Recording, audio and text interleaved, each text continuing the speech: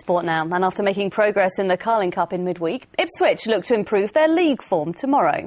And there's another huge test for Norwich City in their bid to stay with the promotion pace-setters in the Championship. Donovan Blake previews all of the action. Norwich City's players rose to the challenge when they faced the Championship leaders a couple of weeks ago. Tomorrow they face a similar task against Cardiff, who are now joint top with Queen's Park Rangers and have a certain ex-Norwich star in their ranks.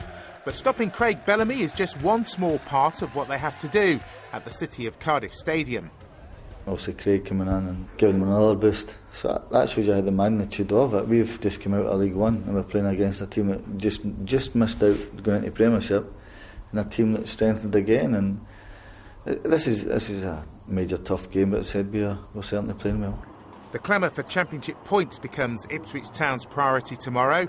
They face Millwall, but kick-off comes after the fans discover who they'll face in the last 8 of the Carling Cup. Premier League opposition guaranteed, but does it matter who? Well, yeah, we'd obviously want to try and avoid maybe some of the bigger boys, but as we've known, we've had some tough matches so far, whether it be in the previous rounds. We're just happy to be in the draw, and a home draw would be nice, but we put that to the back of our minds. I have to say, it's important we get back to decent league form. In League One, Colchester can really put themselves in the promotion mix if they can beat second place Bournemouth. As you can see, it's tight at the top. The U's could move into second place, depending on how regional rivals Peterborough get on. Posh are hoping that their blue and white theme day will inspire them to victory against leaders Brighton. Finally, the Blues of Southend look to end a run of 3 straight defeats in League Two, with Paul Sturrock's assistant, Tommy Woodrington, calling for the defenders to weigh in with some goals. The Shrimpers host Rotherham. Donovan Blake, Anglia News. In Speedway, with Halloween around the corner, appropriately enough, the Ipswich Witches are celebrating retaining their place in the Elite League after winning their promotion-relegation race-off with Newcastle last night. It means Vauxhall Stadium will continue to host top-flight Speedway for another season at least, unless the club opts to request to move down to the Premier League. Ipswich have never raced outside the Elite League since its introduction in 1997.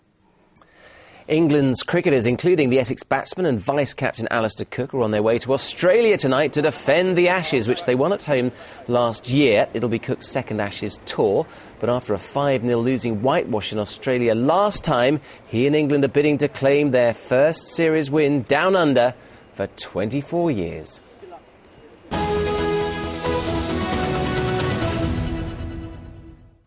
Protesters take to the streets for all sorts of reasons, but today saw a demonstration outside the most unlikely of places. It was indeed. It's not often you see placards being waved outside of a tea shop, is it? No. But this was in defence of what some fear is a dying art. It's actually drinking tea from a cup and saucer. Russell Hookey has more.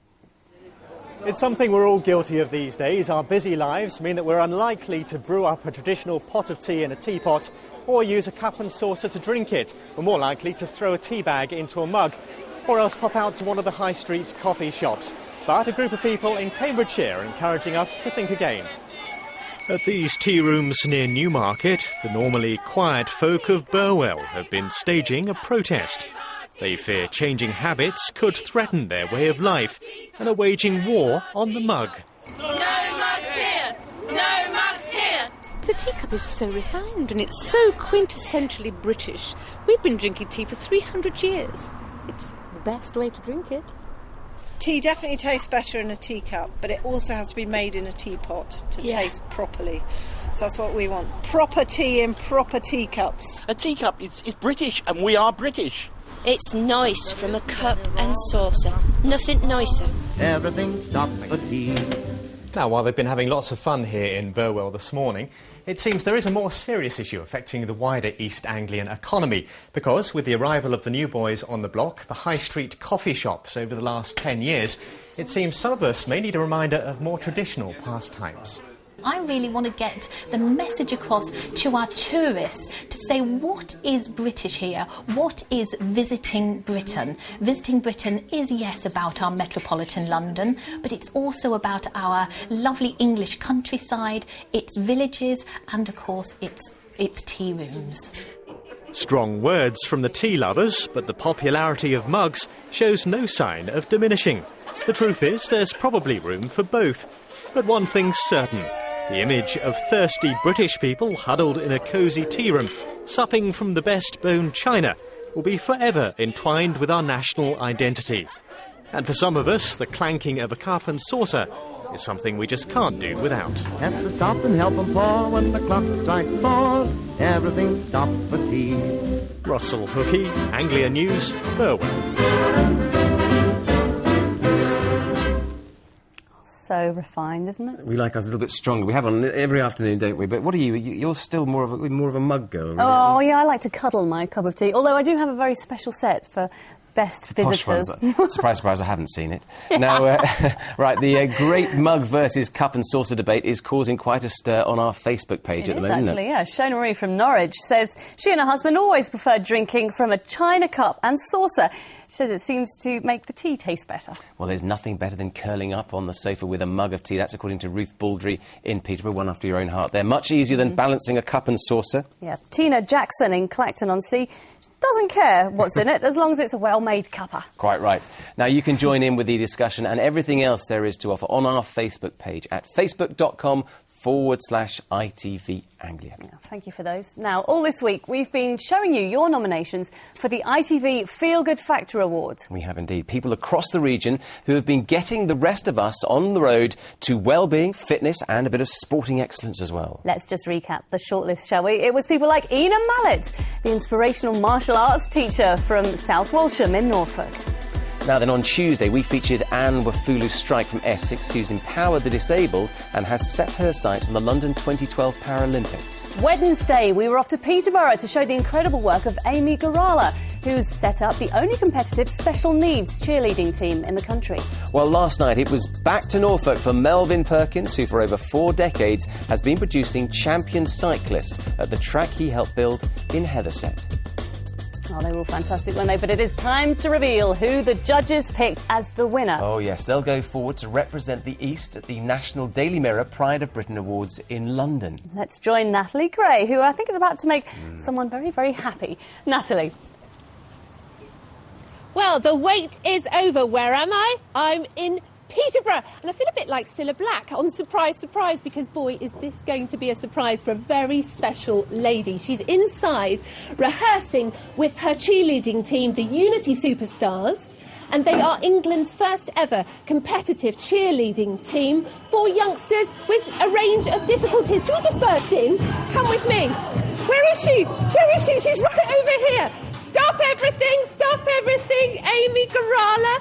I have to tell you that you are the ITV regional winner of the Feel Good Factor. I'll pause for a moment. Yeah, she deserves the cheer. Wow. Well done, honey. It's all part of the Daily Mirror Pride of Britain Awards. Here is the trophy to prove it.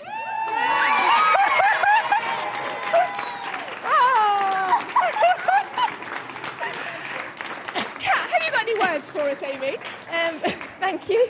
Thank you. Is that the best you can do? Well, it's all of these guys that are the pride of Britain, not me. And you, well done, Karen.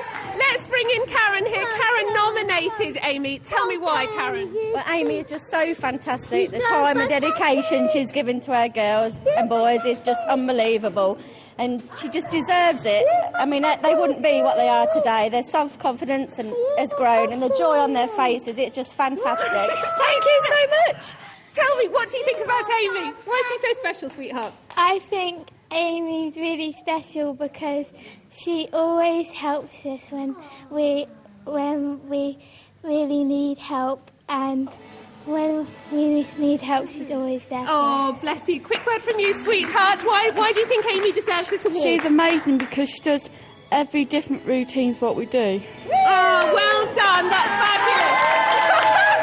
Hello, sweetheart. There's lots of excitement here. Now, just to let you know that Amy will be at the national finals in London on November the 8th. We wish her well for that.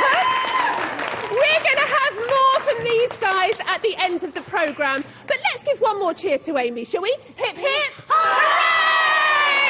Bye for now. Well done, Amy. Lovely. Natalie, thank you very much. And thanks to all of them down there. Amy, well done. She's obviously very well loved, isn't she? Yeah, absolutely brilliant. All of them. Fantastic. Aww. Right, you can see the Daily Mirror Pride of Britain Awards right here on ITV1. It is a week on Wednesday, yeah, Natalie was saying. The 10th of November, and it's at 8 o'clock in the evening. Right, the weekend weather is just a few moments away. It is. First, let's find out what's in your national news before that. Coming up, we're live at the